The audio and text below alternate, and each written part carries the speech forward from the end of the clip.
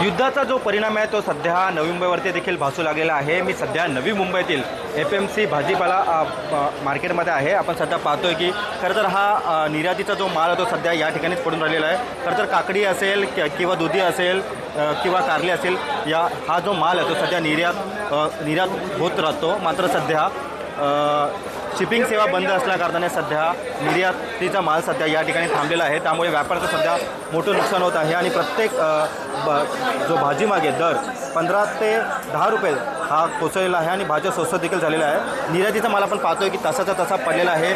निर्यात सध्या पूर्ण ठप्प झालेली आहे। त्यामुळे व्यावसायिकांना आणि बाजारपेठेमध्ये जे भाजीपाला मार्केट व्यापारी आहेत त्यांना मोठं नुकसान देखील सहन करावं लागत आहे। आपण पाहतोय की युद्धाचा जो परिणाम आहे तो सध्या नवी मुंबईतील FMC भाजीपाला मार्केटला देखील मोठ्या प्रमाणात बसलेला आहे। निर्यातीचा जो माल आहे तो सध्या आता ठप्प झालेला आहे। त्यामुळे जो हा माल आहे हा माल निर्यात केला जातो, मात्र निर्यात होत नसल्याकारणाने हा माल तशा या ठिकाणी सध्या पडून आहे। त्यामुळे हा माल हा कवडी मालाच्या भावामध्ये सध्या आता विकला जाते। आपण पाहतो की खरं तर हा पॅकिंग केलेला माल आहे, मात्र आता शिपिंग सेवा सध्या बंद असल्याकारणाने सध्या माल या ठिकाणी पडलेला आपल्याला पाहायला मिळते आणि निर्यात पूर्ण ठप्प झालेली आहे। त्यामुळे व्यापाऱ्यांना आता त्रास सहन करावा लागत आहे। व्हिडिओ जर्नलिस्ट सुमित सहा, मी Ravi Karad, TV9 Marathi, Vashi, FMC market.